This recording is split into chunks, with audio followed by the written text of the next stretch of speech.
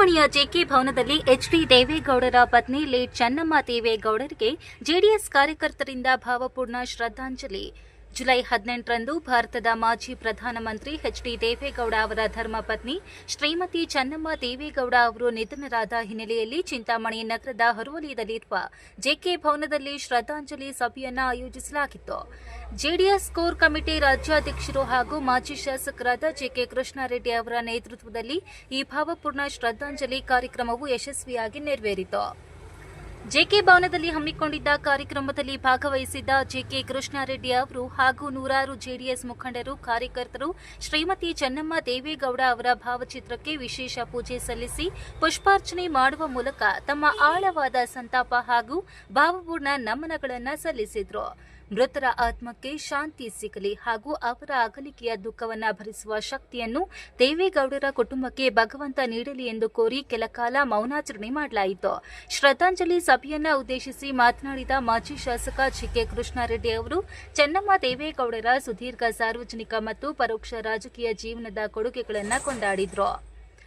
HD ದೇವೇಗೌಡರು ದೇಶದ ಪ್ರಧಾನಿಯಾಗಿ, ರಾಜ್ಯದ ಮುಖ್ಯಮಂತ್ರಿಯಾಗಿ ಸಾಲು ಸಾಲು ಜನಪರ ಸೇವೆಗಳನ್ನು ಮಾಡಲು ಅವರ ಬೆನ್ನೆಲುಬಾಗಿ ನಿಂತವರು ಶ್ರೀಮತಿ ಚೆನ್ನಮ್ಮನವರು. ಮಾದರಿ ಗೃಹಿಣಿಯಾಗಿ ದೇವೇಗೌಡರ ಪ್ರತಿಯೊಂದು ಕಷ್ಟ ಸುಖಗಳಲ್ಲಿ ಸಾಥ್ ನೀಡಿದ ಅವರ ನಿಸ್ವಾರ್ಥ ಸೇವೆ ಹಾಗೂ ಸರಳತೆ ಸದಾ ಸ್ಮರಣೀಯವೆಂದರು. ಚಿಂತಾಮಣಿ ತಾಲೂಕಿನ ಜೆಡಿಎಸ್ ಪಕ್ಷದ ಪ್ರಮುಖ ಮುಖಂಡರು, ವಿವಿಧ ಘಟಕಗಳ ಪದಾಧಿಕಾರಿಗಳು, ಸ್ಥಳೀಯ ನಾಯಕರು ಹಾಗೂ ನೂರಾರು ಅಭಿಮಾನಿಗಳು ಮತ್ತು ಕಾರ್ಯಕರ್ತರು ಭಾಗವಹಿಸಿ ಮೃತರ ಆತ್ಮಕ್ಕೆ ಶ್ರದ್ಧಾಂಜಲಿ ಸಲ್ಲಿಸಿದರು.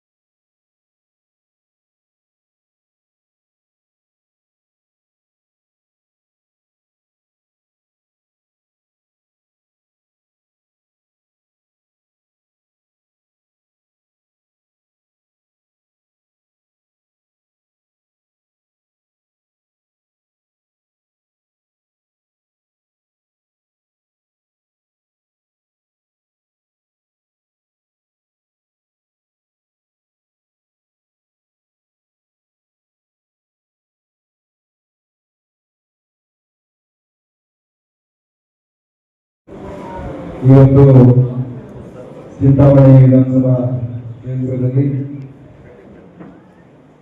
ಜೆಡಿಎಸ್ನ ಕಚೇರಿಯಲ್ಲಿ ನಮ್ಮ ಪಕ್ಷದ ಹಿರಿಯರು, ದೇವೇಗೌಡರ ಪತ್ನಿಯರಾದಂಥ ಶ್ರೀಮತಿ ಚೆನ್ನಮ್ಮನವರು ನಮ್ಮನ್ನು ಆಗಲಿ 7 ದಿನಗಳಾಗಿದೆ. ನಾವೆಲ್ಲರೂ ಕೂಡ ದುಃಖ ತಪ್ತರಾಗಿದ್ದೇವೆ. ಇವತ್ತು ಅವರ ಒಂದು ಶ್ರದ್ಧಾಂಜಲಿ ಸಭೆಯನ್ನು ನಾವೆಲ್ಲರೂ ಸೇರಿ ಇವತ್ತು ಮಾಡ್ತಾ ಇದ್ದೇವೆ. ಈ ಸಭೆಯಲ್ಲಿ ಭಾಗವಹಿಸಿರ್ತಕ್ಕಂಥ ನಮ್ಮ ಪಕ್ಷದ ಎಲ್ಲ ನಮ್ಮ ಶ್ರೀನಿವಾಸ್ ಗೌಡರು, ಶಫೀಕ್ ಅವರು, ರೌಸ್ ಅವರು ಎಲ್ಲರೂ ಕೂಡ ಮಾತನಾಡಿದ್ದಾರೆ. ಗುಡೆ ಸೀನಣ್ಣ ಅವರು ಎಲ್ಲರೂ ಕೂಡ ಮಾತನಾಡಿದ್ದಾರೆ. ಆದರೆ ಇವರ ಬದುಕು ಹೇಗೆ ಬಂತು ಅನ್ನುವಂಥದ್ದನ್ನು ನಾವೆಲ್ಲರೂ ಕೂಡ ತಿಳ್ಕೊಳ್ಬೇಕು. ಬಹಳ ಆಶ್ಚರ್ಯಕರ ರೀತಿಯಲ್ಲಿ ಇವರು ಬದುಕು ಬಂದಿರ್ತಕ್ಕಂಥ. ಆದರೆ ಇವರು 1937ರಲ್ಲಿ ಅವರು ಹುಟ್ಟಿದ್ದು 37ರಲ್ಲಿ ಹುಟ್ಟಿ ಮತ್ತು 1954ರಲ್ಲಿ ದೇವೇಗೌಡರ ಕೈ ಹಿಡಿದಿರ್ತಕ್ಕಂಥ. ಆವತ್ತಿನ ಸಂದರ್ಭದಲ್ಲಿ ಶ್ರೀಮತಿ ಚೆನ್ನಮ್ಮಜಿಯವರು ಬಹಳ ಪಟೇಲರ ಮಗಳು. ಅಂದರೆ ಆ ಭಾಗದಲ್ಲಿ ಮಾವಿನ ಕೆರೆ ಅಂತೇಳಿ ಅಲ್ಲಿ ಬಹಳ ಶ್ರೀಮಂತರು, ಪಟೇಲರು ಮಗಳು ಶ್ರೀಮತಿ ಚೆನ್ನಮ್ಮ ಮತ್ತು ಇವರ ತಂಗಿ ಸಾವಿತ್ರಮ್ಮ ಅಂತೇಳಿ 2 ಮಕ್ಕಳು. ಬಹಳ ಶ್ರೀಮಂತರು, ಪಟೇಲರ ಮಕ್ಕಳು. ಪಟೇಲರು ಅಂದರೆ ನಿಮ್ಗೆಲ್ಲರೂ ಕೂಡ ಗೊತ್ತಿದೆ, 60-70 ವರ್ಷದಿಂದ ಪಟೇಲರು ಅಂದರೆ ಅವರು ಬಹಳ ಆ ಭಾಗದಲ್ಲಿ ಆ ಪ್ರದೇಶದಲ್ಲೇ ಇಲ್ಲಿ ಯಾರೂ ಇಲ್ಲ, ಅಂದರೆ ಅಷ್ಟು ಶ್ರೀಮಂತಿಕೆ ಇರ್ತಕ್ಕಂಥದ್ದು. ಆದರೆ ಆ ಭಾಗದಲ್ಲೇ ಅರ್ಧನಹಳ್ಳಿ ಅಂದರೆ ಅವರ ತಾಯಿಯವರ ಊರಿಗೂ ನಮ್ಮ ದೇವೇಗೌಡರ ಊರಿಗೆ ಸುಮಾರು ಒಂದು 2 ಕಿಲೋಮೀಟರ್ ಆಗ್ಬೋದು. ಹರದನಹಳ್ಳಿ ಅಂತ ಇವ್ರದ್ದು. ಮೊನ್ನೆ ನಾನು ಮನೆಗೆ ಹೋಗಿದ್ದೆ, ದೇವೇಗೌಡರ ಮನೆಗೆ ಹೋಗಿದ್ದೆ ಹರದನಹಳ್ಳಿಯಲ್ಲಿ. ಇವರು ಬಹಳ ಕಡು ಬಡತನ, ಆದರೆ ಇವರಿಗೆ ಆ ಕಡು ಬಡತನ ಇದ್ರು ಕೂಡ ಪಟೇಲರು, ಯಾಕಂದ್ರೆ ಇವರು ಕೂಡ ಎಷ್ಟು ದೈವ ಭಕ್ತ ಆಗಿದ್ರು, ದೇವೇಗೌಡರು ಕೂಡ ಅಷ್ಟೇ ದೈವ ಭಕ್ತರಾಗಿದ್ರು. ಇವರು ಶಿವನ ಆರಾಧಕರು, ಶಿವನನ್ನ ಬಹಳ ಆರಾಧಿಸುವಂತ ಕುಟುಂಬ. ಆ ದೇವೇಗೌಡರು ಆ ಒಂದು ದೈವ ಭಕ್ತಿ ನೋಡಿ ಆ ಪಟೇಲರು ಕೂಡ ಬಡತನ ಇದ್ರು ಕೂಡ ಇವ್ರಿಗೆ ಕೊಡಬೇಕು, ನನ್ನ ಮಗಳನ್ನ ದೇವೇಗೌಡರಿಗೆ ಕೊಡಬೇಕು ಅಂತ ಹೇಳಿ ಆವತ್ತಿನ ಸಂದರ್ಭದಲ್ಲಿ, ಆವತ್ತಿಗೆ ದೇವೇಗೌಡರು ಏನೇನೂ ಇಲ್ಲ, ಒಂದು ಸಣ್ಣ ಕಾಂಟ್ರಾಕ್ಟ್ ಕಾಂಟ್ರಾಕ್ಟ್ ಕೆಲಸಗಳನ್ನ ಮಾಡಿಕೊಂಡು ಇದ್ದಿದ್ದು. ಅಂದ್ರೆ ಅಂತ ಸಂದರ್ಭದಲ್ಲಿ ಪಟೇಲರು ನನ್ನ ಮಗಳನ್ನ ದೇವೇಗೌಡರಿಗೆ ಕೊಡಬೇಕು ಅಂತ ಹೇಳಿ ಅಂತ ಒಂದು ದೊಡ್ಡ ಮನಸ್ಸು ಮಾಡಿದ್ರು. ಯಾಕಂದ್ರೆ ಪಟೇಲರು ಅಂದ್ರೆ ಇನ್ಯಾವುದೆಲ್ಲ ಪಟೇಲರು ಮನೆಗಳಲ್ಲಿ ಹೆಣ್ಣು ಕೊಡಬೇಕು ಅಂತ ಯೋಚನೆ ಮಾಡ್ತಾರೆ, ಆದ್ರೆ ನಮಗ್ ಸರಿ ಸಮಾನವಾಗಿರ್ತಕ್ಕಂಥವ್ರಿಗೆ ಕೊಡಬೇಕು ಅಂತ ಯೋಚನೆ ಮಾಡ್ತಾರೆ. ಬಹಳ ಕಡು ಬಡತನ ಅಂದ್ರೆ ದೇವೇಗೌಡರಿಗೆ 3 ಕಾಸು ಕೂಡ ಅವತ್ತು ಇರ್ತಾ ಇರ್ಲಿಲ್ಲ. ಅಂತಹ ಸಂದರ್ಭದಲ್ಲಿ ಪಟೇಲರಿಗೆ ಏನ್ ಮನ್ಸು ಅಂತ ಗೊತ್ತಿಲ್ಲ, ಆದ್ರೆ ದೇವೇಗೌಡರಂತ ಹುಡುಗನಿಗೆ ಕೊಡ್ಬೇಕು ಅಂತೇಳಿ ತೀರ್ಮಾನ ಮಾಡಿ ಅವತ್ತು ಕೊಟ್ರು. ಇವರ ಚೆನ್ನಮ್ಮಜ್ಜಿಯವರ ಕೈ ಹಿಡಿದ ಮೇಲೆ ಇವರ ಅದೃಷ್ಟ ಏನೋ ಗೊತ್ತಿಲ್ಲ, ಕೇವಲ ಇವರ 54ರಲ್ಲಿ ಇವರು ಮದುವೆ ಆಗಿದ್ದು, 62ರಲ್ಲಿ ಮೊದಲನೇ ಬಾರಿಗೆ ದೇವೇಗೌಡರು ಸ್ವತಂತ್ರ ಅಭ್ಯರ್ಥಿಯಾಗಿ ಸ್ಪರ್ಧೆ ಮಾಡಿ ಕರ್ನಾಟಕ ವಿಧಾನಸಭೆಗೆ ಶಾಸಕರಾಗ್ತಾರೆ 62ರಲ್ಲಿ. ಅಂದ್ರೆ ಇವರ ಮದುವೆ ಆಗಿ 8 ವರ್ಷಗಳಿಗೆ ಅವರು ಶಾಸಕರಾಗ್ತಾರೆ. ಶಾಸಕರಾದ ನಂತರ ನಾವೆಲ್ಲರೂ ಕೂಡ ನೋಡಿದ್ದೇವೆ, ನಾನು ಕೂಡ ರಾಜಕಾರಣದಲ್ಲಿ ನೋಡಿದ್ದೇನೆ. ಒಬ್ಬ ಗ್ರಾಮ ಪಂಚಾಯಿತಿ ಸದಸ್ಯರಾದರೆ ಅವರ ಮನೆಯಲ್ಲಿ ಅವರ ಶ್ರೀಮತಿಯವರು ಅಂದ್ರೆ ಸ್ವಾಭಾವಿಕವಾಗಿ ಇರುತ್ತೆ. ಅಂದ್ರೆ ನಮ್ಮ ಯಜಮಾನರು ಗ್ರಾಮ ಪಂಚಾಯಿತಿ ಸದಸ್ಯರು ಅಂದ್ರೆ ಅವ್ರಿಗೊಂದೇನೋ ಪ್ರೌಢ ಇರುತ್ತೆ, ಅಥವಾ ನಗರಸಭೆ ಸದಸ್ಯರು ಅಥವಾ ತಾಲೂಕ್ ಪಂಚಾಯತಿ ಸದಸ್ಯರು ಅಥವಾ ಜಿಲ್ಲಾ ಪಂಚಾಯತಿ ಸದಸ್ಯರು ಅಥವಾ ನಮ್ಮ ಯಜಮಾನರು ಶಾಸಕರು ಅಥವಾ ನಮ್ಮ ಯಜಮಾನರು MP ಅಂದ್ರೆ ಅವ್ರು ಎಲ್ಲೋ ಒಂದ್ ಕಡೆ ಸ್ವಾಭಾವಿಕವಾಗಿ, ಅದು ಕೆಟ್ಟದ್ದು ಅಂತಲ್ಲ, ಅಂದ್ರೆ ಆ ಪ್ರೌಢ ಇರುತ್ತೆ, ಆ ಗರಿಮೆ ಇವೆಲ್ಲ ನಮ್ಮ ಮನೆಯಲ್ಲಿ ಒಂದು ಅಧಿಕಾರ ಇದೆ ಅಂತ ಹೇಳಿ. ಆದ್ರೆ ಚೆನ್ನಮ್ಮಾಜಿಯವರು 62ರಲ್ಲಿ ಇವರು 8 ವರ್ಷಕ್ಕೆ ದೇವೇಗೌಡರು ಪ್ರಥಮ ಬಾರಿಗೆ ಶಾಸಕರಾಗ್ತಾರೆ. ಮತ್ತು 69ರಲ್ಲಿ ಮತ್ತೊಮ್ಮೆ 2ನೇ ಬಾರಿ ಶಾಸಕರಾಗ್ತಾರೆ. 69ರಲ್ಲಿ ಶಾಸಕರಾದ ನಂತರ 70ರಲ್ಲಿ ದಿವಂಗತ ದೇವರಾಜ ಅರಸು ಅವರು ಆವತ್ತಿನ ಕಾಲದಲ್ಲಿ ಅವರು ಮುಖ್ಯಮಂತ್ರಿಗಳಾಗ್ತಾರೆ, ಕರ್ನಾಟಕ ರಾಜ್ಯದ ಮುಖ್ಯಮಂತ್ರಿಗಳಾಗ್ತಾರೆ. ಕರ್ನಾಟಕ ರಾಜ್ಯದ ಮುಖ್ಯಮಂತ್ರಿಗಳಾದಂತ ಸಂದರ್ಭದಲ್ಲಿ ದೇವೇಗೌಡರು ವಿರೋಧ ಪಕ್ಷದ ನಾಯಕರಾಗ್ತಾರೆ. ಇವತ್ತು ನಮ್ಮ ವಿರೋಧ ಪಕ್ಷದ ನಾಯಕರು ಸಿದ್ದರಾಮಯ್ಯ ಇದ್ರು, ಎಲ್ಲ ಬಹಳಷ್ಟು ಜನ ಕೆಲಸ ಮಾಡಿದ್ದಾರೆ. ಇವತ್ತು ಅಶೋಕ್ ಅವರು ಇರ್ತಾರೆ, ಅಂದ್ರೆ ಸ್ಯಾಡೋ ಸಿಎಂ ಅಂತಾರೆ. ಇವತ್ತು ವಿರೋಧ ಪಕ್ಷದ ನಾಯಕರು ಯಾರು ಇರ್ತಾರೆ, ಮುಖ್ಯಮಂತ್ರಿಗಳು ಬಿಟ್ರೆ ನೆಕ್ಸ್ಟ್ ಯಾರು ಅಂದ್ರೆ ವಿರೋಧ ಪಕ್ಷದ ನಾಯಕರು. ವಿರೋಧ ಪಕ್ಷದ ನಾಯಕರಿಗೂ ಕೂಡ ಅಷ್ಟೇ ಅಧಿಕಾರ ಇರ್ತದೆ. ಅಂದ್ರೆ ಆವತ್ತಿನ ಸಂದರ್ಭದಲ್ಲಿ ದೇವೇಗೌಡರು ವಿರೋಧ ಪಕ್ಷದ ನಾಯಕರಾಗ್ತಾರೆ. ವಿರೋಧ ಪಕ್ಷದ ನಾಯಕರಾಗಿ ಒಳ್ಳೆ ಕೆಲಸ ಮಾಡ್ತಾರೆ. ದೇವರಾಜ ಅರಸು ಅವರು, ಇವತ್ತು ನಾವು ದೇವರಾಜ ಅರಸು ಅವರನ್ನ ಕೂಡ ನಾನು 2 ಬಾರಿ ಶಾಸಕರಾಗಿರ್ತಕ್ಕಂಥ ಸಂದರ್ಭದಲ್ಲಿ ಅವರ ಜಯಂತಿ ದಿನ ನಾನು ಸಾಕಷ್ಟು ವಿಚಾರಗಳನ್ನ ದೇವರಾಜ ಅರಸು ಬಗ್ಗೆ ಹೇಳ್ತಾ ಇದ್ದೆ. ಇವತ್ತು ಕೂಡ ಯಾರ್ಯಾರು ಎಷ್ಟೆಷ್ಟು ಒಳ್ಳೆಯ ಕೆಲಸಗಳನ್ನ ಮಾಡಿದ್ದಾರೆ ದೇವರಾಜ ಅರಸು ಕಾಲದಲ್ಲಿ, ಇವತ್ತು ಕೂಡ ನಾವು ನೆನೆಸ್ಕೊಳ್ತೇವೆ. ಅಂತ ಅದ್ಭುತವಾದಂತ ರಾಜಕಾರಣಿ ಇನ್ನೊಬ್ರು ನಾವು ನೋಡಕ್ ಆಗೋದಿಲ್ಲ, ಅಂತ ಒಳ್ಳೆ ಕೆಲಸಗಳನ್ನ ಮಾಡಿದ್ದಾರೆ. ಅಂತ ಸಂದರ್ಭದಲ್ಲಿ ದೇವೇಗೌಡರು ವಿರೋಧ ಪಕ್ಷದ ನಾಯಕರಾಗಿದ್ದಂತ ಸಂದರ್ಭದಲ್ಲಿ ದೇವೇಗೌಡರು ಆ ವಿಧಾನಸೌಧದ ಕಾರಿಡಾರ್ ಅಲ್ಲಿ 2 ಕೈಗಳನ್ನ ಇಟ್ಕೊಂಡು ಓಡಾಡ್ತಾ ಇದ್ರೆ ವಿಧಾನಸಭಾ ಸದಸ್ಯರು ಎಲ್ಲರೂ ಕೂಡ ಯೋಚನೆ ಮಾಡ್ತಾ ಇದ್ರು, ದೇವೇಗೌಡರು ಏನೋ ಆಲೋಚನೆ ಮಾಡ್ಕೊಂಡು ಓಡಾಡ್ತಾ ಇದ್ದಾರೆ, ಇವತ್ತು ಇದೇ ದೇವರಾಜ ಅರಸು ಅವರಿಗೆ ಇವತ್ತು ಕೆಲಸ ಕೊಡ್ತಾರೆ ಅನ್ನುವಷ್ಟು ಮಟ್ಟಿಗೆ ಆವತ್ತಿನ ಸಂದರ್ಭದಲ್ಲಿ ಬಹಳಷ್ಟು ಯೋಚನೆ ಮಾಡ್ತಾ ಇದ್ರು. ಬಹಳ ಅದ್ಭುತವಾಗಿ ವಿರೋಧ ಪಕ್ಷದ ನಾಯಕರಾಗಿ ಅವರು ಕೆಲಸ ಮಾಡಿರ್ತಕ್ಕಂಥದ್ದು. ಆದ್ರೆ ಅನೇಕ ಬಾರಿ ಅವರಿಗೆ ಶಾಸಕರಾಗಿ, ಅಂದ್ರೆ ಯಾವತ್ತೂ ಕೂಡ ಅವ್ರಿಗೆ ಕರ್ನಾಟಕ ರಾಜ್ಯದಲ್ಲಿ ರೈತರಿಗೆ ಏನಾದ್ರು ಮಾಡಬೇಕು, ಮಹಿಳೆಯರಿಗೆ ಏನಾದ್ರು ಮಾಡಬೇಕು, ದಲಿತರಿಗೆ ಏನಾದ್ರು ಮಾಡಬೇಕು, ಅಲ್ಪಸಂಖ್ಯಾತರಿಗೆ ಏನಾದ್ರು ಮಾಡಬೇಕು, ಮಕ್ಕಳಿಗೆ ಏನಾದ್ರು ಒಂದು ಮಕ್ಕಳ ಕಲ್ಯಾಣಕ್ಕಾಗಿ ಕಾರ್ಯಕ್ರಮಗಳು ಮಾಡಬೇಕು ಅಂತ ಹಲವಾರು ಚಿಂತನೆಗಳನ್ನ, ಆಲೋಚನೆಗಳನ್ನ ಮಾಡ್ತಾ ಇರ್ತಕ್ಕಂಥದ್ದು ದೇವೇಗೌಡರು. ಅವರು 83ರಲ್ಲಿ ಅಂದ್ರೆ ಕರ್ನಾಟಕ ರಾಜ್ಯದಲ್ಲಿ ಎಲ್ಲರೂ ಮಂತ್ರಿ ಆಗ್ಬೇಕು, ಮಂತ್ರಿ ಆದ್ರೆ ಏನಾದ್ರು ಮಾಡಬಹುದು ಅಂದ್ರೆ ಅವ್ರಿಗೆ ಅಧಿಕಾರದ ಲಾಲಾಸೆ ಇರಲಿಲ್ಲ. ಆದ್ರೆ ಮಂತ್ರಿ ಆದ್ರೆ ಇನ್ನೇನಾದ್ರೂ ಮಾಡಕ್ಕಾಗುತ್ತಾ ಕರ್ನಾಟಕ ರಾಜ್ಯದಲ್ಲಿ, ಈ ಎಲ್ಲ ವರ್ಗದ ಜನರಿಗೆ ಏನಾದ್ರೂ ಮಾಡಕ್ಕಾಗುತ್ತಾ ಅನ್ನುವಂತ ಆಲೋಚನೆ, ಚಿಂತನೆಗಳು. ಆದ್ರೆ 83ರಲ್ಲಿ ಅವರು ರಾಮಕೃಷ್ಣ ಹೆಗಡೆ ಅವರು ಮುಖ್ಯಮಂತ್ರಿಗಳಾದಂತ ಸಂದರ್ಭದಲ್ಲಿ ಅವರು ಮಂತ್ರಿಗಳಾಗ್ತಾರೆ. ಈ ರಾಮಕೃಷ್ಣ ಹೆಗಡೆ ಅವರು ಆವತ್ತಿನ ರಾಜಕಾರಣಿಗಳು ಹೇಗೆ ಅಂತ ಹೇಳಿದ್ರೆ, ಏನಾದ್ರೂ ಒಂದು ಸಣ್ಣ ಅವ್ರ ಮೇಲೆ ಆರೋಪ ಬಂದ್ಬಿಟ್ರೆ ತಕ್ಷಣ ಅವ್ರು ಹಿಂದೆ ಮುಂದೆ ನೋಡ್ತಾ ಇರಲಿಲ್ಲ, ರಾಜೀನಾಮೆ ಕೊಟ್ಬಿಡ್ತಾ ಇದ್ರು. ಹೆಗಡೆಯವರ ಮೇಲೆ ಒಂದು ಆರೋಪ ಬಂದ್ಬಿಡ್ತು, ಹೆಗಡೆಯವರ ಮಗ ಯಾವುದೋ ಒಂದು ಮೆಡಿಕಲ್ ಶೀಟ್ಗೆ ಯಾರ ಹತ್ರ ಲಾಬಿ ಮಾಡಿದ್ದಾರೆ, ದುಡ್ಡೇನೋ ತಗೊಂಡಿದ್ದಾರೆ ಅನ್ನುವಂತ ಪತ್ರಿಕೆಗಳಲ್ಲಿ ಬಂದ್ಬಿಡ್ತು. ಆವತ್ತಿನ ಕಾಲದಲ್ಲಿ ಪತ್ರಿಕೆಗಳಲ್ಲಿ ಬಂದಂತ ಸಂದರ್ಭದಲ್ಲಿ ಹೆಗಡೆಯವರು ರಾಜೀನಾಮೆ ಕೊಟ್ಟರು. ರಾಜೀನಾಮೆ ಕೊಟ್ಟರೆ ಮುಖ್ಯಮಂತ್ರಿ ರಾಜೀನಾಮೆ ಕೊಟ್ಟರೆ ಏನಾಗ್ತದೆ, ಆ ಸಂಪುಟ ಎಲ್ಲ ಹೋಗುತ್ತೆ. ಅಂತ ಸಂದರ್ಭದಲ್ಲಿ ಇವರು ಕೂಡ ಮಂತ್ರಿಯನ್ನ ಕಳ್ಕೊಂಡ್ಬಿಟ್ರು. ಮತ್ತೆ ಚುನಾವಣೆ ಮಾಡಿ ಮತ್ತೆ ಮಂತ್ರಿ ಆದ್ರು ದೇವೇಗೌಡರು. ಮತ್ತೆ ತಿರ್ಗಾ ಅದ್ಯಾವುದೋ ಟೆಲಿಫೋನ್ ಕದ್ದಾಲಿಕೆ ಅಂತ ಬಂದ್ಬಿಡ್ತು. ಆವತ್ತು ಕೂಡ ಹೋಗ್ಬಿಡ್ತು. ಮತ್ತೆ 89ರಲ್ಲಿ ಕರ್ನಾಟಕ ವಿಧಾನಸಭಾ ಚುನಾವಣೆ ಬಂತು. ಆ ಚುನಾವಣೆಯಲ್ಲಿ ಕೂಡ ಏನಾದ್ರೂ ಮಾಡಿ ಈ ಸಾರಿ ಮುಖ್ಯಮಂತ್ರಿ ಆಗ್ಬೇಕು ಅಂತ ಹೇಳಿ 202 ಕಡೆ, ನಾನು ಒಂದ್ಸಾರಿ ಯಾವತ್ತೋ ನಿಮ್ಗೆ ಹೇಳಿದ್ದೀನಿ ಅನ್ಸುತ್ತೆ, ಇದೇ ಸಭಾಂಗಣದಲ್ಲಿ ಹೇಳಿದ್ದೀನಿ ಅನ್ಸುತ್ತೆ, 89ರಲ್ಲಿ ಚುನಾವಣೆ ನಡೆಯುತ್ತೆ. 202 ಕಡೆ ವಿಧಾನಸಭೆ ಎಲ್ಲ ಅಭ್ಯರ್ಥಿಗಳನ್ನ ಹಾಕ್ತಾರೆ. ಯಾರೋ ದೇವೇಗೌಡರು ಅಭ್ಯರ್ಥಿಗಳನ್ನ ಹಾಕಿ ಆವತ್ತಿನ ಸಂದರ್ಭದಲ್ಲಿ ಈ ನಮ್ಮ ಈ ಶ್ರೀಮತಿ ಚೆನ್ನಮ್ಮಜ್ಜಿ ಅವರ ತಂಗಿಯವರದೆಲ್ಲ ಅವ್ರ ಪ್ರಾಪರ್ಟಿಗಳೆಲ್ಲ ಮಾರಿ ಬಡ್ಡಿಗಳಿಗೆ ತಂದು ಅವತ್ತು ಏನೋ ಮಾಡಿ ಬಹಳ ಕಷ್ಟ ಬಿದ್ದು ಅಂತ ಸಂದರ್ಭದಲ್ಲಿ ಅವತ್ತೇನು ಇವತ್ತು ಕೋಟಿಗಳ ಲೆಕ್ಕ ಇಲ್ಲ. ಆವತ್ತಿನ ಸಂದರ್ಭದಲ್ಲಿ ಕೋಟಿ ಅಂದ್ರೆ ಬಹಳ ದೊಡ್ಡ ಇದಿತ್ತು. ಆವತ್ತಿನ ಸಂದರ್ಭದಲ್ಲಿ ಅವರು ಚುನಾವಣೆಯನ್ನು ನಡೆಸ್ತಾರೆ. ಚುನಾವಣೆ 202 ಅಭ್ಯರ್ಥಿಗಳಿಗೆ ಗೆದ್ದಿದ್ದೆಷ್ಟು? ಕೇವಲ 2 ಸೀಟು.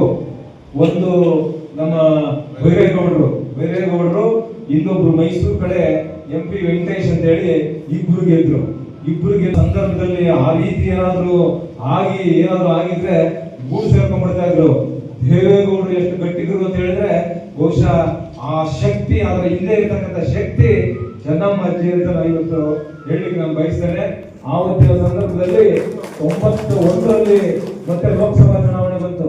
ಈ ದೇವೇಗೌಡರು ಎಷ್ಟು ಗಟ್ಟಿದ್ರು ಅಂತ ಹೇಳಿದ್ರೆ ಕೇವಲ 2 ಸೀಟ್ ತಗೊಂಡು ಬಿಡಬಾರ್ದು, ಕರ್ನಾಟಕ ರೈತರಿಗೆ ಏನಾದ್ರು ಮಾಡಲೇಬೇಕು, ದಲಿತರಿಗೆ ಏನಾದ್ರು ಮಾಡಲೇಬೇಕು, ಅಲ್ಪಸಂಖ್ಯಾತರಿಗೆ ಏನಾದ್ರು ಮಾಡಲೇಬೇಕು, ಹಿಂದುಳಿದ ವರ್ಗ ಜನಾಂಗಕ್ಕೆ ಆ ಕಲ್ಯಾಣಕ್ಕಾಗಿ ಏನಾದ್ರು ಮಾಡಲೇಬೇಕು ಅಂತ ಹೇಳಿ ದೇವೇಗೌಡರು 91ರಲ್ಲಿ ಲೋಕಸಭಾ ಚುನಾವಣೆ ಬರುತ್ತೆ. ಲೋಕಸಭಾ ಚುನಾವಣೆಗೆ ಸ್ಪರ್ಧೆ ಮಾಡ್ತಾರೆ. ಆ ಸ್ಪರ್ಧೆಯಲ್ಲಿ ಆವತ್ತಿನ ಸಂದರ್ಭದಲ್ಲಿ 3181 ಓಟಲ್ಲಿ ಗೆದ್ದು ಬಿಡ್ತಾರೆ. 3181 ಓಟಲ್ಲಿ ಗೆದ್ದು ಬಿಡ್ತಾರೆ. ಗೆದ್ದಂತ ಸಂದರ್ಭದಲ್ಲಿ ಆವತ್ತಿನ ಕರ್ನಾಟಕದಲ್ಲಿ ಕಾಂಗ್ರೆಸ್ ಸರ್ಕಾರ ಆವತ್ತು ಹಾಸನದಲ್ಲಿ ಪುಟ್ಟಸ್ವಾಮಿ ಗೌಡರು ಇವರ ಮೇಲೆ ಸೋತಿರ್ತಾರೆ. ಸೋತು ಇವ್ರು ಏನ್ ಮಾಡ್ಬಿಡ್ತಾರೆ, ಒಂದು ಅರ್ಜಿ ಕೊಟ್ಬಿಡ್ತಾರೆ ಎಲೆಕ್ಷನ್ ಕಮಿಷನರ್.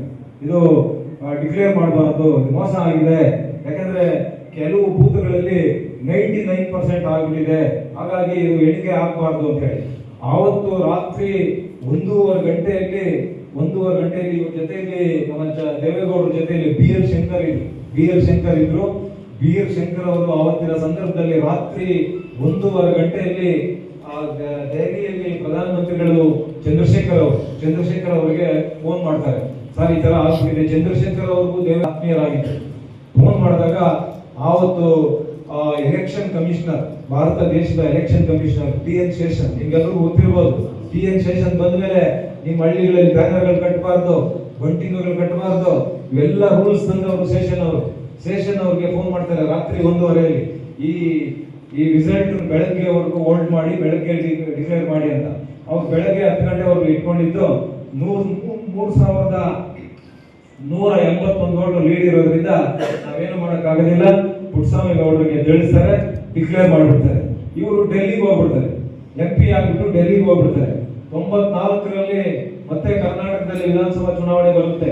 ಆ ಸಂದರ್ಭದಲ್ಲಿ ಆವತ್ತು ರಾಮಕೃಷ್ಣ ಹೆಗಡೆ ಅವರು, JH ಪಟೇಲ್, ಇದೇ ಸಿದ್ದರಾಮಯ್ಯನವರು, ಬೈರೇಗೌಡರು, ನಾಗೇಗೌಡರು ಎಲ್ಲ ನಾಯಕರು ಕೂಡ ಸೇರಿ ನಾವು ದೇವೇಗೌಡರು ಕರ್ನಾಟಕದಲ್ಲಿ ಇಲ್ಲ ಅಂದ್ರೆ ನಾವು ಯಾರು ಕೂಡ ಚುನಾವಣೆ ನಡೆಸಲಿಕ್ಕೆ ಆಗೋದಿಲ್ಲ, ಹಾಗಾಗಿ ದೇವೇಗೌಡರನ್ನ ವಾಪಸ್ ಕರ್ಕೊಂಡ್ ಬರ್ಬೇಕು ಅಂತ ಹೇಳಿ ಅವತ್ತು ಇವರೆಲ್ಲರೂ ಕೂಡ ಪ್ಲಾನ್ ಮಾಡಿ ದೇವೇಗೌಡರು ಫೋನ್ ಮಾಡಿ, ಇಲ್ಲ ಏನೋ ಮಾತಾಡ್ಬೇಕು, ನೀವು ಬನ್ನಿ, ನಿಮ್ಮ ನೇತೃತ್ವದಲ್ಲಿ ನಿಮ್ಮ ಮುಂದಾಳತ್ವದಲ್ಲಿ ನಾವು ಚುನಾವಣೆಯನ್ನು ನಡೆಸ್ತೇವೆ ಅಂತ ಹೇಳಿ ಮತ್ತೆ 94ರಲ್ಲಿ ದೇವೇಗೌಡರನ್ನ ವಾಪಸ್ ಕರೆಸ್ಕೊಂಡು ಅವತ್ತು ಕರ್ನಾಟಕ ವಿಧಾನಸಭಾ ಚುನಾವಣೆಯನ್ನ ಎದುರಿಸ್ತಾರೆ.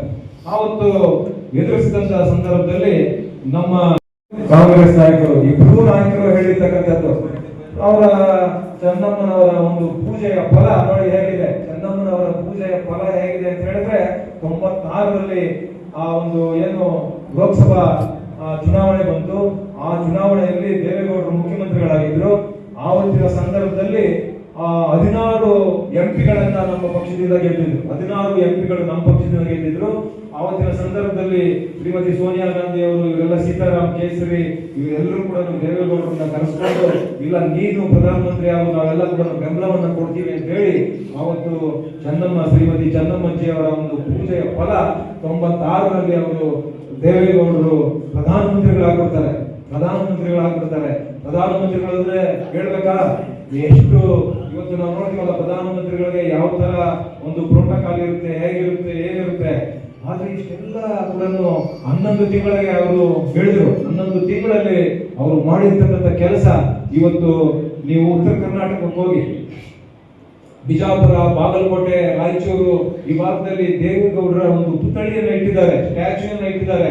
ನೀರಾವರಿ ಇವತ್ತು ಮೊನ್ನೆ ಒಂದು ಮಠಕ್ಕೆ ಹೋಗಿದ್ದೀವಿ ನಾವು, ಸ್ವಾಮೀಜಿ ಹೇಳ್ತಾರೆ ದೇವೇಗೌಡರು ನಮಗೆ ಉತ್ತರ ಕರ್ನಾಟಕದ ಭಾಗಕ್ಕೆ ವರದಾನ, ನಮಗೆ ದೇವೇಗೌಡರು ಕೊಟ್ಟಿರ್ತಕ್ಕಂಥ ಕೊಡುಗೆಗಳು ಇನ್ನು ಮುಂದೆ ಯಾರು ಕೊಡ್ಲಿಕ್ಕೆ ಸಾಧ್ಯ ಇಲ್ಲ ಅನ್ನುವಂಥದ್ದು. ಇವತ್ತು ಆಲ್ಮಟ್ಟಿ ಇವತ್ತು 519 ಅಡಿಗೆ ಇವತ್ತು ಏರಿಸಿರ್ತಕ್ಕಂಥ ಕೊಡುಗೆ ಯಾರಾದ್ರೂ, ಆ ಕೀರ್ತಿ ಯಾರಾದ್ರೂ ಇದ್ರೆ ಅದು ಸನ್ಮಾನ್ಯ ದೇವೇಗೌಡರಿಗೆ ಅಂತ ನಾವು ಉತ್ತರ ಕರ್ನಾಟಕ ಪ್ರವಾಸಕ್ಕೆ ಹೋಗಿರ್ತಕ್ಕಂಥ ಸಂದರ್ಭದಲ್ಲಿ ಅವರೆಲ್ಲರೂ ಕೂಡ ಮಾತನಾಡ್ತಾರೆ. ಅಂದ್ರೆ ಅವರು ನಾವು ಮಾಡಿದ್ರೆ ರಾಜಕೀಯ ಅನ್ಬಹುದು, ಆದ್ರೆ ವಿಧಾನಸಭೆ ಒಳಗಡೆ ಬಿಜೆಪಿ ನಾಯಕರು ಇವತ್ತು ಕಾಂಗ್ರೆಸ್ ನಾಯಕರು ಇಬ್ಬರು, ಎರಡೂ ಪಕ್ಷಗಳ ನಾಯಕರು ಇವತ್ತು ನೀರಾವರಿ ಯೋಜನೆಗಳನ್ನ ಅತಿ ಹೆಚ್ಚು ಹಣವನ್ನ ಪ್ರಧಾನಮಂತ್ರಿಗಳಾಗಿರ್ತಕ್ಕಂಥ ಸಂದರ್ಭದಲ್ಲಿ ಕೂಡ ಇವತ್ತು ಕರ್ನಾಟಕ ರಾಜ್ಯಕ್ಕೆ ಹೆಚ್ಚು ಹಣವನ್ನು ಕೊಟ್ಟಿರ್ತಕ್ಕಂಥವ್ರು ಯಾರು ಅಂತ ಹೇಳಿದ್ರೆ ಅದು ಸನ್ಮಾನ್ಯ ದೇವೇಗೌಡರು ಅನ್ನುವಂಥದ್ದನ್ನ ಇವತ್ತು ಹೇಳ್ತಾರೆ. ಹಾಗಾಗಿ ಇವತ್ತು ನಾನು ಯಾಕೆ ಇಷ್ಟೆಲ್ಲ ಹೇಳ್ತಾ ಇದ್ದೀನಿ ಅಂತ ಹೇಳಿದ್ರೆ, ಇವತ್ತು ಚೆನ್ನಮ್ಮ ಅಜ್ಜಿಯವರ ಒಂದು ಪೂಜೆಯ ಫಲ ಇವತ್ತು ಇಡೀ ಕರ್ನಾಟಕದಲ್ಲಿ ಎಲ್ಲೇ ಒಂದು ತಾಲೂಕ್ ಪಂಚಾಯತಿ ಚುನಾವಣೆಯನ್ನ ಮಾಡಿದ್ರೆ ಆ ಬಿ ಫಾರಂಗಳನ್ನ ದೇವರ ಮನೆಯಲ್ಲಿ ಇಟ್ಟು ಒಂದೊಂದೇ ಹೂವ ಹಾಕಿ ಪೂಜೆ ಮಾಡಿ ಆ ಬಿ ಫಾರಂಗಳನ್ನ ಕಳಿಸ್ಕೊಡ್ತಕ್ಕಂಥದ್ದು. ಇವತ್ತು ಜಿಲ್ಲಾ ಪಂಚಾಯತಿ ಚುನಾವಣೆ ಬಂದ್ರೆ, ನಗರಸಭೆ ಚುನಾವಣೆ ಬಂದ್ರೆ, ಇವತ್ತು ವಿಧಾನಸಭೆ ಚುನಾವಣೆ ಬಂದ್ರೆ, ಲೋಕಸಭಾ ಚುನಾವಣೆ ಬಂದ್ರೆ ದೇವರ ಮನೆ ಕೋಣೆ ಒಳಗಡೆ ಆ ಬಿ ಫಾರಂಗಳನ್ನ ಇಟ್ಟು ಇವತ್ತು 2 ಗಂಟೆ 3 ಗಂಟೆ ಒಂದೊಂದೇ ಹೂವ ಬಿ ಫಾರಂಗಳ ಮೇಲೆ, ಫೋಟೋಗಳ ಮೇಲೆ ಹಾಕಿ ಎಲ್ಲ ಪೂಜೆಗಳು ಮಾಡಿ ಕಳಿಸ್ತಕ್ಕಂಥದ್ದು. ಆಮೇಲೆ ದೇವೇಗೌಡರ ಕೈ ಕೊಟ್ಟು ದೇವೇಗೌಡರ ಮೂಲಕ ಆ ಬಿ ಫಾರಂಗಳನ್ನ ಹಂಚುವಂಥದ್ದು. ಅಂದ್ರೆ ಅವರ ಪೂಜೆಯ ಫಲ ಇವತ್ತು ಕರ್ನಾಟಕ ರಾಜ್ಯದಲ್ಲಿ ಎಲ್ಲಾ ತರ ಅಧಿಕಾರವನ್ನು ನೋಡಿರ್ತಕ್ಕಂಥದ್ದು. ಅವರು ಮದುವೆಯಾಗಿ 72 ವರ್ಷಗಳು, ಅವ್ರ ಮದುವೆಯಾಗಿ ದೇವೇಗೌಡರನ್ನ ಕೈ ಹಿಡಿದು 72 ವರ್ಷಗಳಾಗಿತ್ತು. ಆದ್ರೆ 64 ವರ್ಷಗಳು ದೇವೇಗೌಡರನ್ನ ಕೈ ಹಿಡಿದ ಮೇಲೆ 64 ವರ್ಷಗಳಲ್ಲಿ ಶಾಸಕರನ್ನಾಗಿ ನೋಡಿದ್ದಾರೆ, ಮಂತ್ರಿಗಳನ್ನಾಗಿ ನೋಡಿದ್ದಾರೆ, ವಿರೋಧ ಪಕ್ಷದ ನಾಯಕರನ್ನಾಗಿ ನೋಡಿದ್ದಾರೆ, ಮುಖ್ಯಮಂತ್ರಿಗಳನ್ನಾಗಿ ನೋಡಿದ್ದಾರೆ, ಪ್ರಧಾನಮಂತ್ರಿಗಳನ್ನಾಗಿ ನೋಡಿದ್ದಾರೆ, ರಾಜ್ಯಸಭಾ ಸದಸ್ಯರಾಗಿ ನೋಡಿದ್ದಾರೆ. ನೋಡಿರ್ತಕ್ಕಂಥವ್ರು ಯಾರಾದ್ರೂ ಇದ್ರೆ ಇದೆ ದೇಶದ ಇತಿಹಾಸದಲ್ಲಿ ಅದು ಅನ್ನುವಂಥದ್ದನ್ನ ಇವರು ಈ ಸಂದರ್ಭದಲ್ಲಿ ಎಲ್ಲ ಅಧಿಕಾರವರೆಗೂ ಕೂಡ ಒಂದು ಕಪ್ಪು ಚುಕ್ಕೆ ಇಲ್ಲ. ಇವರು ಪ್ರಧಾನಮಂತ್ರಿಗಳಾಗಿರ್ತಕ್ಕಂಥ ಸಂದರ್ಭದಲ್ಲಿ ಶೃಂಗಸಭೆ ನಡೀತಾ ಇತ್ತು. ಇಲ್ಲಿ ದಕ್ಷಿಣ ಆಫ್ರಿಕಾದ ಕಡೆ ಹರಾರೆಯಲ್ಲಿ ಶೃಂಗಸಭೆ ನಡೆಯುವಂತ ಸಂದರ್ಭದಲ್ಲಿ ಆವತ್ತಿನ ಸಂದರ್ಭದಲ್ಲಿ ಪ್ರಧಾನಮಂತ್ರಿಗಳು ದೇವೇಗೌಡರು ಶ್ರೀಮತಿ ಚೆನ್ನಮ್ಮಜ್ಜಿ ಅವರನ್ನ ಮತ್ತು 2 ಸೊಸೆಗಳನ್ನ ಮತ್ತೆ ಮೊಮ್ಮಕ್ಕಳನ್ನ 8 ಮೊಮ್ಮಕ್ಕಳನ್ನ ಎಲ್ಲರನ್ನು ಕರ್ಕೊಂಡು ಅವರು A1 ಪ್ರಧಾನಮಂತ್ರಿಗಳಿಗೆ ವಿಶೇಷ ವಿಮಾನ ಇರುತ್ತೆ. ಆ ವಿಶೇಷ ವಿಮಾನದಲ್ಲಿ ಇವರೆಲ್ಲರನ್ನು ಕೂಡ ಕರ್ಕೊಂಡು ಹೋಗ್ತಾರೆ. ಕರ್ಕೊಂಡು ಹೋದಂತ ಸಂದರ್ಭದಲ್ಲಿ ಆವತ್ತಿನ ಸಂದರ್ಭದಲ್ಲಿ ಮಾಧ್ಯಮಗಳು ಬಹಳಷ್ಟು ಟೀಕೆಗಳನ್ನ ಮಾಡ್ತದೆ. ಅಲ್ಲಿಂದ ಬಂದ ಮೇಲೆ ನಿಜವಾಗ್ಲೂ ಕೂಡ ಈ ದೇಶದ ಇತಿಹಾಸ ಯಾವ ಪ್ರಧಾನಮಂತ್ರಿಗಳು ಕೂಡ ಹೇಳಿಕೆಗಳನ್ನು ಕೊಡೋದಿಲ್ಲ. ಮಾಧ್ಯಮಗಳ ಮುಂದೆ ಬಂದು ದೇವೇಗೌಡರು ಹೇಳಿಕೆಗಳನ್ನು ಕೊಡ್ತಾರೆ. ಏನಂತ ಹೇಳಿಕೆ ಕೊಡ್ತಾರೆ ಅಂತ ಹೇಳಿದ್ರೆ, ಶೃಂಗಸಭೆಗೆ ನನ್ನ ಕುಟುಂಬ ಸಮೇತ ನಾವೇನು ಹೋಗಿದ್ವಿ, ಆದ್ರೆ ನನ್ನ ವೈಯಕ್ತಿಕ ಹಣದಿಂದ ಖರ್ಚಿನಿಂದ ಹೋಗಿರ್ತಕ್ಕಂಥದ್ದು ಅಂತ ಸ್ಟೇಟ್ಮೆಂಟ್ ಕೊಡ್ತಾರೆ. ಇವತ್ತವರೆಗೂ ಕೂಡ ಯಾರೋ ಹೇಳಿದ್ರು ನಾನು ಯಾಕೆ ಸ್ಟೇಟ್ಮೆಂಟ್ ಕೊಡಬೇಕು ಅಂತ ಅಲ್ಲಗಳೆಯೋದಿಲ್ಲ. ಆದ್ರೆ ಅವತ್ತು ಮಾಧ್ಯಮಗಳು ಮಾಡಿರ್ತಕ್ಕಂಥ ಟೀಕೆಗೆ ನಿಜವಾಗ್ಲೂ ಕೂಡ ಅವತ್ತು ಅವರು ಬಂದ ನಂತರ ನನ್ನ ವೈಯಕ್ತಿಕ ನನ್ನ ಸ್ವಂತ ಹಣದಿಂದ ನನ್ನ ಹೆಂಡತಿ ಮಕ್ಕಳು ಎಲ್ಲ ಮೊಮ್ಮಕ್ಕಳು ಎಲ್ಲರೂ ಕೂಡ ನಾವು ಹೋಗಿ ಬಂದಿದ್ದು ಅನ್ನುವಂತ ಹೇಳಿಕೆಯನ್ನು ಕೊಡ್ತಾರೆ.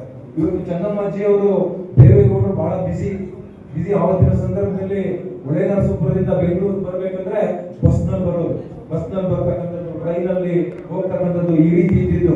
ಅನೇಕ ಸಂದರ್ಭಗಳು, ಅನೇಕ ವರ್ಷಗಳು ಸಣ್ಣ ಒಂದು ಮನೆಯಲ್ಲಿ ಬಾಡಿಗೆಗೆ ಇದ್ದಿದ್ದು. ಅಂದ್ರೆ ಆ ಕೆಲವು ಮನೆಗಳಲ್ಲಿ ಮನೆ ಒಳಗಡೆ ಟಾಯ್ಲೆಟ್ ಕೂಡ ಇರ್ತಾ ಇರಲಿಲ್ಲ. ಅಂದ್ರೆ ಆಚೆ ಹೋಗ್ಬೇಕಾಗಿತ್ತು ಟಾಯ್ಲೆಟ್ಗೆ. ಅಂತ ಮನೆಗಳಲ್ಲಿ ಕೂಡ ವಾಸ ಮಾಡಿದ್ದಾರೆ. ಅಂತ ಸಂದರ್ಭಗಳಲ್ಲಿ ಚೆನ್ನಮ್ಮಾಜಿ ಅವರು ಒಂದು ಕ್ಷಣ ಕೂಡ ಬೇಸರ ಮಾಡಿಕೊಂಡಿಲ್ಲ. ಒಂದು ಕ್ಷಣದಲ್ಲಿ ಒಂದು 8-10 ಡಾಕ್ಟರ್ಗಳಿದ್ದಾರೆ. ಇಬ್ರು ಹಳಿಯಂದ್ರು ಕೂಡ ಮಕ್ಕಳು ಕೂಡ ಹೆಣ್ಣು ಮಕ್ಕಳು ಕೂಡ ಪದವೀಧರರಾಗಿದ್ದಾರೆ. ಶ್ರೀಮತಿ ಅನುಸೂಯ ಅವರು, ಶ್ರೀಮತಿ ಶೈಲಜಾ ಅವರು.